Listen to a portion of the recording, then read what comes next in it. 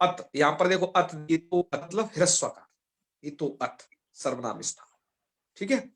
अर्थात जी पथ्यादेह इकारस्य, पथ्यादि शब्दों की जो इकार है, इसका मतलब पथ्यन का इकार, मथ्यन का इकार और विभुक्षिन का इकार, तीन शब्दों का।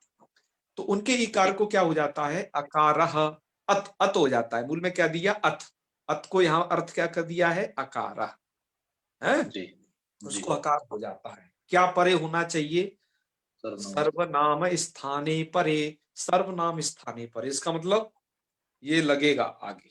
पहला वाला केवल सुविभक्ति के लिए है, ये सर्वनाम स्थान जो यहाँ पर पुल्लिंग में 5 विभक्तियों की जो सर्वनाम स्थान संज्ञा है, मतलब 5 प्रत्ययों की है ना, प्रथमा जी विभक्ति और द्वितीय विभक्ति के आउट तक इसकी इसकी जो है 2 प्रत्यय।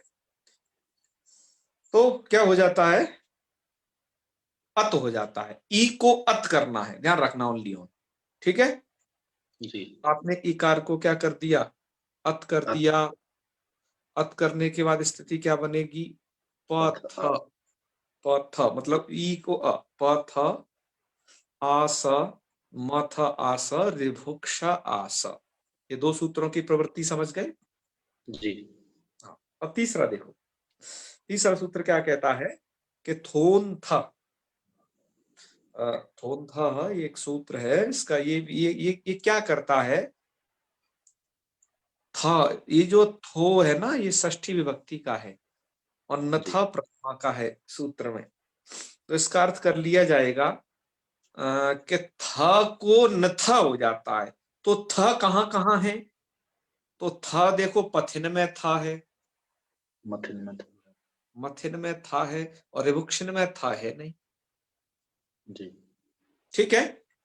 जी इसका मतलब इसी को ध्यान में रखते हुए वृत्तिकार ने जब वृत्ति लिखी तो 2 ही शब्द लिए, क्योंकि 2 में ही था है, इसलिए वृत्ति जी लिखी पथि मथोस्थस्य, पथि और मथि के थकार को, क्योंकि रिवक्शन में तो है ही नहीं वो चीज। तो था को क्या हो जाता है, नथ, निथादेशा, ये वाला आदेश हो जाता है नथ। नथ मतलब एक न उसके आगे लग जाता है, ठीक है।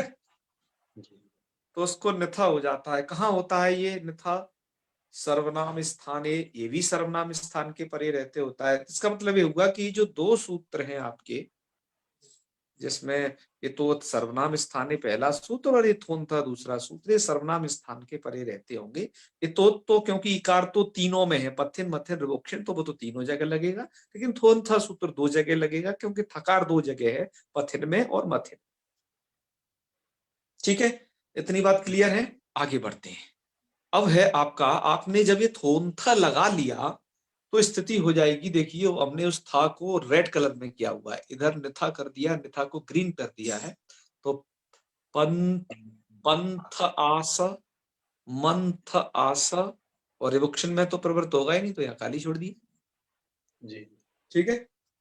जी ये स्थिति हो गई। अब आपको क्या कर लेना है, यहाँ सवर्ण दीर्घ कर लीजिए पंथ आ के बीच में, तो पंथा और सकार को रुत्व विसर्ग कर दीजिए, तो पंथाहा ऐसा रूप बन जाएगा। मथिन का क्या बन जाएगा, वैसे ही इसका मंथा आ, यहाँ पर भी सवर्ण दीर्घ करके मंथाहा, ठीक है।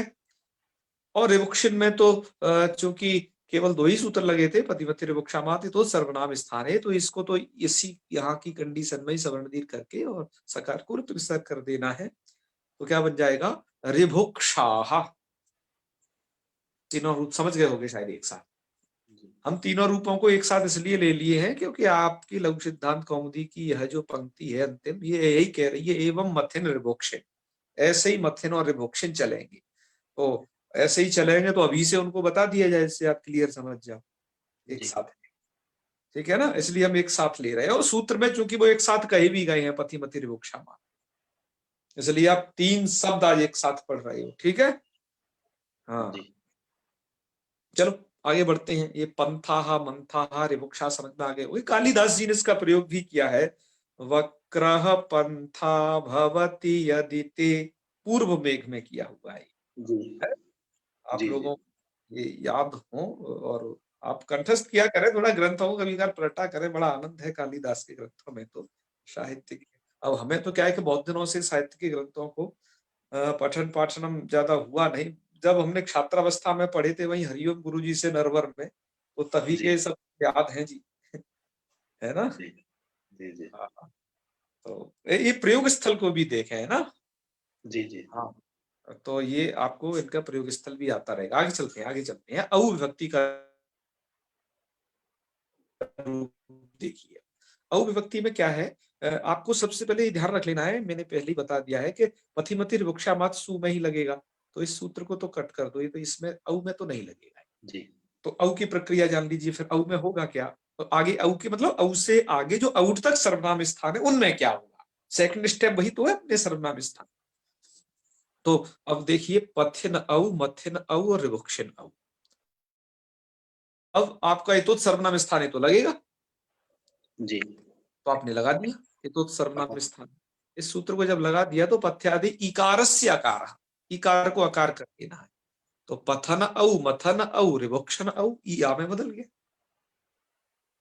ठीक है, अब इसके बाद थोंथा लगा देना है, थ को नथा कर देना है, तो जी पंथन औ, मंथन औ, और इसमें तो रिवुक्षन में तो था ही नहीं, तो इसको नथा की कोई बात ही नहीं। हाँ, आगे चलते हैं। हाँ पंथन औ ऐसी स्थिति में ये नान तंग की उपधा को हो जाता है दीर्घ, क्योंकि जी पंथन अब तो नाम है ना, सुविभक्ति में तो ये होता था कि ना को आ हो जाता था, ये अलग कंडीशन थी, जी क्योंकि वहां पर विवक्षा में आता है, यहाँ तो नकार बैठा हुआ है, क्योंकि पहला वाला सूत्र सुविभक्ति में पर लग रहा है, यहाँ लगेगा नहीं। इस कारण से नान तंग की उपधा को दीर्घ कर दीजिए, समुद्धि भिन्न सर्वनाम स्थान के परे रहते हैं। इस चीज को आप जानते हो बहुत दिनों से, जैसे नान तंग मिल रहा है उसकी उपधा को दीर्घ आप करते ही आ रहे हैं, जी समुद्धि भिन्न सर्वनाम स्थान में सब जगह करोगे ही दीर्घ। जी ठीक है, तो आपने दीर्घ कर दिया, तो स्थिति बन जाएगी पंथान औ और मंथान औ, और रिवुक्षन में भी अभी ना, यहाँ रिवुक्षन में भी है ही वो चीज, मतलब ना जी से नान तंगी उपधा, उसको दीर्घ कर देना है, तो रिवुक्षान औ, ये स्थिति बन जाएगी। आगे नवा समझ में। जी अब क्या करिए, बस मिलाइए, पंथानौ, मंथानौ और रिवुक्षान औ, बस ये काम यह करना है आपको कि अटकुपांगनुम विवायपी सूत्र द्वारा यह णत्व कर देना है बस। जी आप पूछोगे शकार कहाँ है वो, क्योंकि वो सूत्र को तो र और श से परे करता है ना, तो क्ष है ना, आप जानते हो जी क, इनके संयोग से वो बनता है। ठीक है, जी तो ये पंथानव, मंथानव और रिवुक्षाणव, ये रूप बन जाएंगे। क्लियर है आपको?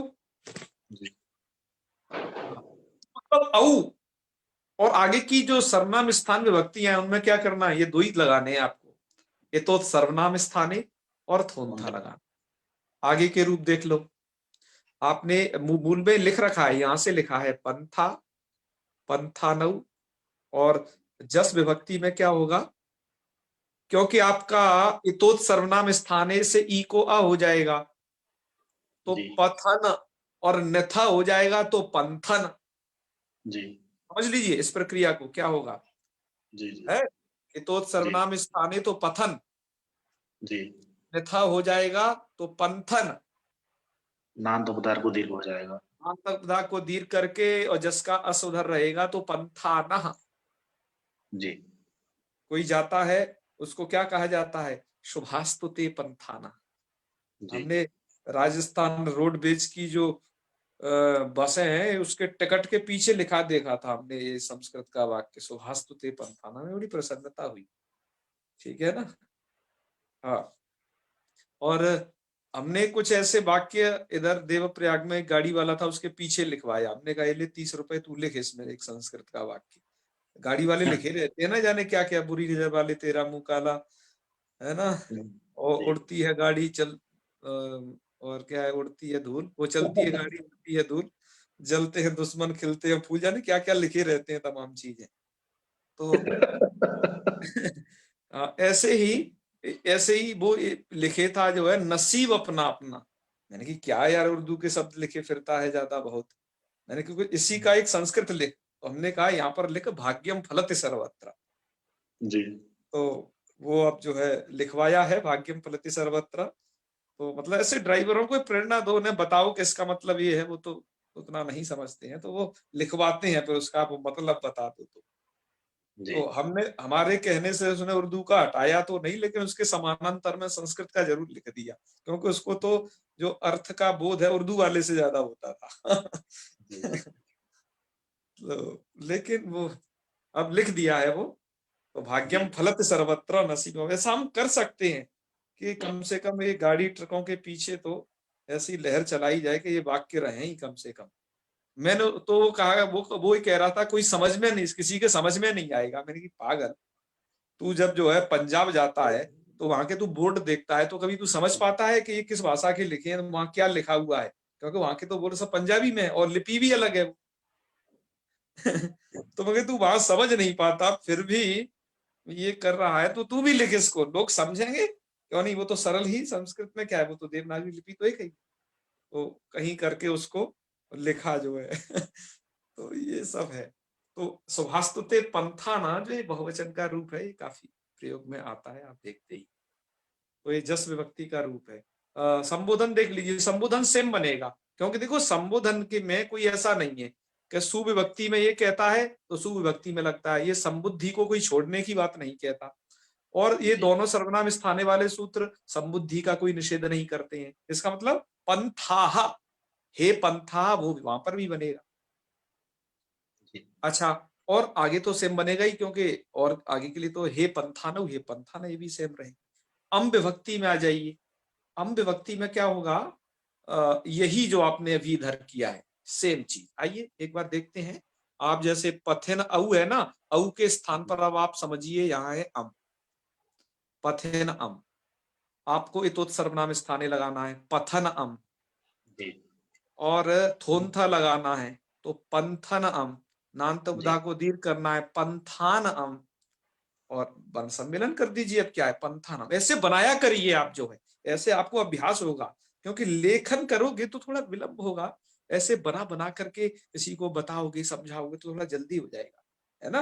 अब हम ये चाहते हैं कि आप धीरे धीरे किताबी मार्ग से और लेखन मार्ग से ऊपर उठते हुए थोड़ा उस चीज को दिमाग में लिखना शुरू करें, तो ये हम जल्दी गति से आगे बढ़ सकते हैं इस लघु सिद्धांत कौमुदी के पाठ में। ठीक है, तो जी, पंथानम, और ऐसे ही पंथानव वहां बन जाएगा।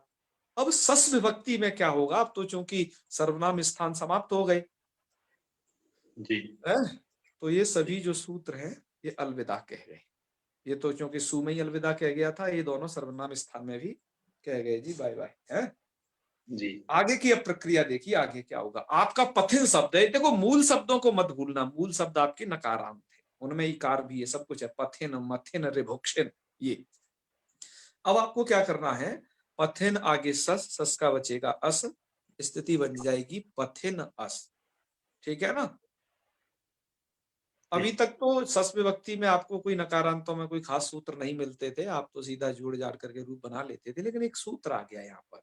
क्या सूत्र है, भस्य टेर लोप। ये भी कहां लगता है कि भ संज्ञक पथ्यादे, पथ्यादि में ही लगता है, मतलब तीन के लिए स्पेशल है, पथिन मथिन रिभुक्षिन ये भी। तो कहने का मतलब क्या है कि आप आज स्पेशल शब्द पढ़ रहे हो, इनकी तरह कोई अन्य रूप नहीं है, इनकी तरह यही है।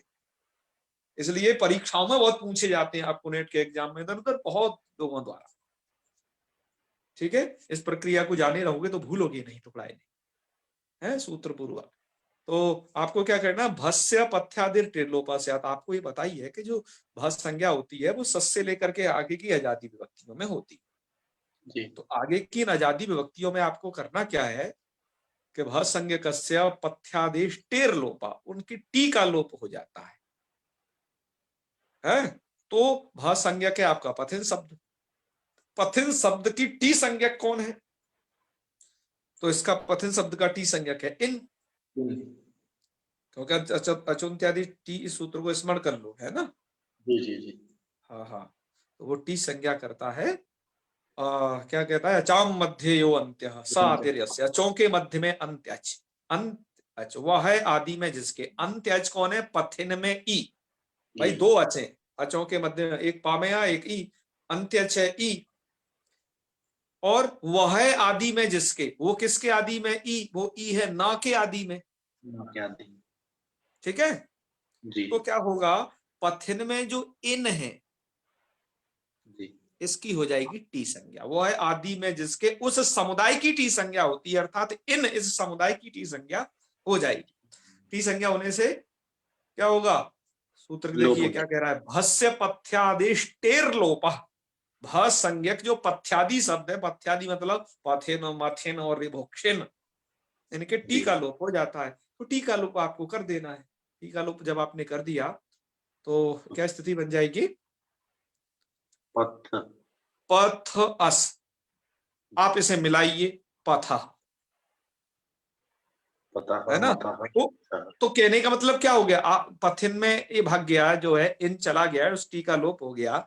इसका मतलब क्या रहा, सस से लेकर के जो आगे आजादी विभक्तियां हैं बहुसंज्ञकों में, उन सब जगह पथ ऐसा मान करके जोड़ देना है विभक्ति। जी यही ना सारांश निकला। जी जी हाँ हाँ, तो ऐसा करके आपने जोड़ दिया। तो ऐसे टा के आ में जोड़ा तो क्या रूप बना, पथा बना। जी ठीक है। जी अब भ्याम आदि की स्थितियों को अभी कहते हैं आगे चल के। चलिए अब अगली उसी स्लाइड में देखिए जहां पर हमने वो रूप लिखे हुए हैं। चलिए ये देखिए, ये तृतीया में क्या रूप बन जाएगा, पथा बन जाएगा। क्यों कि भाष्य टेर लोप है, सूत्र द्वारा भ संज्ञक पथ्यादि की टीका लोप हो जाएगा। और आपको पता ही है कि अजादियों में भ संज्ञा होती है और हलादि विभक्तियों में पद संज्ञा। ठीक है। जी अच्छा, और अब आ जाइए भ्याम में। हलादियों में क्या होगा, देखिए पथिन शब्द है भ्याम, जी और नकार का लोप कर दीजिए, कोई दिक्कत नहीं है। जी यहाँ केवल नकार का लोप होगा, न लोप प्रातिपदिकांत से सूत्र द्वारा। जी तो क्या बन जाएगा, पथिभ्याम पथिवी। आगे हलादियों में सर्वत्र यही करना है आपको, जी है। फिर आगे चतुर्थी में पथे, वहां पर पथ समझ करके, मतलब वहां भस्य टेर लोपा से इनका लोप कर देना है। जी तो पथे पथिभ्याम पथिभ्या, पथः पथिभ्याम पथिभ्या, पथः पथो पथाम, पथि पथो पथिषु। यहाँ पर भी नकार का लोप हो जाए, जी क्या रूप बन जाएगा, पथिषु। बहुत सरल है ना ये। अब ऐसे ही आपको मथिन के चलाने हैं, कुछ तो रूप चला ही दिए, कुछ और चला लेते हैं। कैसे चलेंगे, मंथाहा मंथानौ मंथाना, हे मंथाहा हे मंथानौ हे मंथाना। इन्हीं की तरह चला रहे हैं, सेम है ना। जी मंथानम जी मंथानौ मथः, था मथिभ्या मथिभि, मथे मथिभ्या मथिभ्या, मथा मथिभ्या मथिभ्या, मथा मथो मथा मथि मथो मथीषु। क्लियर। जी ऐसे ही आपको चलाने हैं ऋभुक्षिन के। हम्म, यहाँ णक तो विशेष है, और एक सूत्र नहीं लगेगा, यहाँ थोनथा नहीं लगेगा क्योंकि इसमें थकार नहीं। और बाकी ऐसे ही है, देखते जाओ। ऋभुक्षाः ऋभुक्षाणौ ऋभुक्षाणः, हे ऋभुक्षाः हे ऋभुक्षाणौ हे ऋभुक्षाणः, ऋभुक्षाणम ऋभुक्षाणौ। और यहाँ क्या बनेगा, ऋभुक्षः। ऋभुक्षः। ठीक है। जी हाँ, और आगे तृतीया में ऋभुक्षा ऋभुक्षिभ्याम ऋभुक्षिभि, ऋभुक्षे ऋभुक्षिभ्याम ऋभुक्षिभ्य, ऋभुक्ष ऋभुक्षिभ्याम ऋभुक्षिभ्य, ऋभुक्ष ऋभुक्षो ऋभुक्षाम, ऋभुक्षि ऋभुक्षो ऋभुक्ष, ऋभुक्षे ना तो ऋक्षुषु। ऋभुक्षेषु, नकार का लोप केवल। ठीक है। तो ये कितने सरल रूप हैं, आप समझ गए होंगे। अब अभी आपके लिए बिल्कुल ये सरल हो गए होंगे।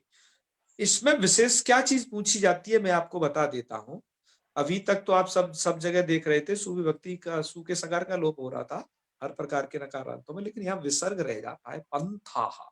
लोग इसको ये समझ लेते हैं कि पथिन शब्द में प्राय इस विसर्ग को लगाते नहीं है। एक तो इस प्रकार की गलती करते हैं, और इस पथा को वो ऐसा समझते हैं कि ये सुविभक्ति का रूप है, जस का। देखो किस जी प्रकार की गलती होती है। तो इनसे आपको सावधान रहना है ना। तो आज के लिए खैर इतना ही। यदि आपको कोई संदेह हो इन स्थलों पर, इस पूरे शब्द में कहीं भी, तो वो बताएं। ठीक है। हाँ जी बोलिए, सही है ना, समझ में आ रहा है कि नहीं, और कोई दिक्कत तो नहीं हो रही किसी भी प्रकार की। पढ़ने करने में, क्योंकि अब पाठ बहुत होता जा रहा है, अब सूत्र पे सूत्र, सूत्र पे सूत्र हम पढ़ते जा रहे हैं। क्यों जी? हाँ हाँ। तो राजमणि जी नहीं चलिए, बढ़िया है, बधाइयाँ, आपका नेट खुल गया है वहां पर, है आपके क्षेत्र में। चलो धीरे धीरे होगा सब, अभी दंगे फसाद के चलते भारत सरकार का कुछ ऐसा उपक्रम चल रहा है। हाँ हाँ, अनम्यूट नहीं हो पा रहे हो, है ना, कोई बात नहीं, आप मैसेज भेजते रहो, हम देखते रहेंगे। जो लोग अनम्यूट नहीं हो पाते हैं उनका मैसेज भी सुन लेते हैं, देख लेते हैं। हाँ, अमर कुमार जी क्या कहना चाह रहे थे? जी महोदय, नमो नमः। हाँ हाँ। महोदय, इस सूत्र का भस्य टेरलोपः, तो भस्य का अर्थ है क्या, मतलब कि भाष्य का भसंज्ञकस्य। संज्ञकस्य। यस यस, भाष्य का मतलब भसंज्ञकस्य। अच्छा अच्छा, ठीक है ना, बहुत अच्छा, आपने बढ़िया प्रश्न पूछा। ऐसे ही कुछ रह जाते हैं पूछा करो, जो है पूछने में कोई वो नहीं है ना, जी पूछना है, महोदय। समझना है, और पढ़ना लिखने जी में थोड़ा ये समय दोगे तो ये बहुत अच्छे से हो जाएगा, आप ये समझ लीजिए। क्यों अमर जी कुमार जी जी? जी महोदय जी। महोदय, हाँ एक और बात, कि जो हाँ आपने सूत्र बताया कि पथ्या दस्य टेरलोपः, हाँ हाँ। इसका महोदय संधि करने में हमको थोड़ा सा दिक्कत हो रही है कि देस्य न, यह छूट गया क्या? पथ्या पथ्यादेर, देस्य टेरलोपः। नहीं नहीं नहीं, पथ्यादेर अर्थात पथ्यादेर टेर लोपा, यही तो सही है। पथ्या देर।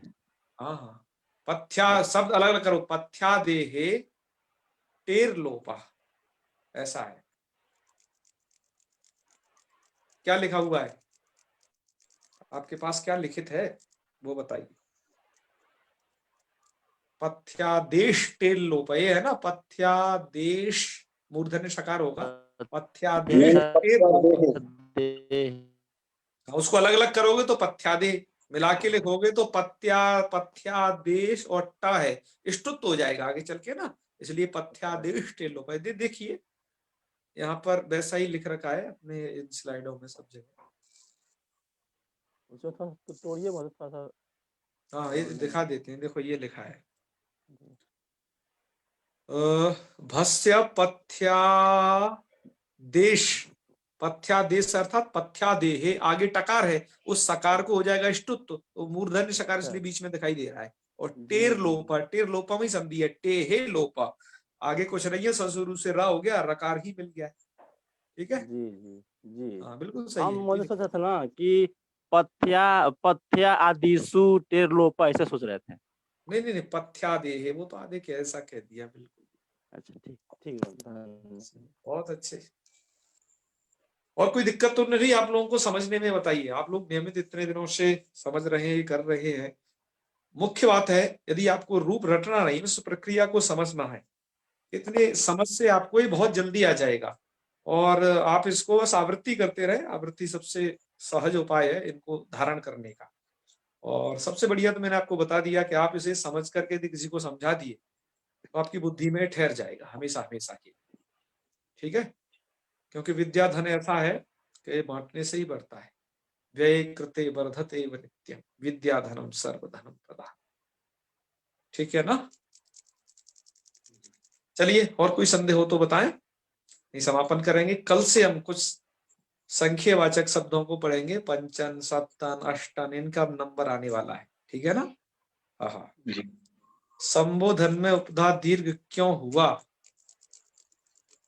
संबोधन में उपधा दीर्घ उसकी कोई में कहा शर्तें हुआ नहीं है, है, कुछ हुआ ही नहीं है। वो तो आत हुआ है। वहाँ तो आ हुआ है। हाँ वहां तो आत हुआ है मेधाल हुआ जी। है। हाँ, एक पति बार देख मत्ति लीजिए। विवक्षमात्। हाँ हाँ हाँ, तो प्रक्रिया देख लीजिए एक बार, हमने क्या किया है। संबोधन में भी सेम का सेम वही रहेगा। बात यह है कि ये पथिमति विवक्षा मात है ना, ये आकार अंतादेश करता है, सु के परे रहते, तो सु ये नहीं कहता है संबुद्धि भिन्न हो, एक ऐसा भी हो, वो हर जगह कर देगा। ठीक है ना, बिमलेश जी ने उत्तर दे दिया, बहुत बहुत अच्छे। तो वो आ हुआ है, दरअसल ये दीर्घ नहीं है यहाँ पर। ठीक है, हाँ, क्योंकि और जगह नान्तों में तो आपने ये सही कहा, सही पकड़ा, क्योंकि नान्तों में अन्यत्र तो वो दीर्घ नहीं हो पा रहा था। जैसे राजन था, वहां कहाँ दीर्घ था, हे राजन यही ना रूप था, हे युवन ऐसा रूप था, हे भगवान ऐसा रूप था संबोधन, है ना? तो बिल्कुल यहाँ तो ये पथि मथि वृक्षा मात करके आकार है। चलो बढ़िया है, ऐसे भ्रम धीरे धीरे सब दूर हो जाएंगे। बढ़िया, अच्छी बात है।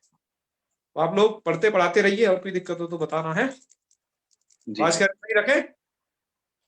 जी, पथी जब आ हो गया तो एको यानी को बांध करके ही लगेगा ना, ये तो सर्वनाम स्थान है। बिल्कुल बिल्कुल, एक बड़ी चीज का बात है जी स्पेशली सूत्र है। ये तो सूत्र जो है सब इन्हीं 3 शब्दों के लिए स्पेशल बनाई गई। जी तो इनकी प्रक्रिया सबसे विशेष है और बहुत एग्जाम में पूछे जाते हैं, इसलिए हम आपसे काफी बार कह रहे हैं कि जहां पूछे जाते हैं वो 2 स्थल भी हमने आपको बता दिए, ध्यान रखना उन स्थलों को भी। ठीक है, जी चलो तो अतुल जी करें समापन। जी जी चलो है जी। ओम सर्वे भवन्तु सुखिनः, सर्वे सन्तु निरामयाः, सर्वे भद्राणि पश्यन्तु, मा कश्चित् दुःखभाग् भवेत्। ओम शांति शांति शांति। सर्वेभ्यो नमो नमः। शुभ रात्रि। नमो नमः। हर हर महादेव। नमो नमः महोदय।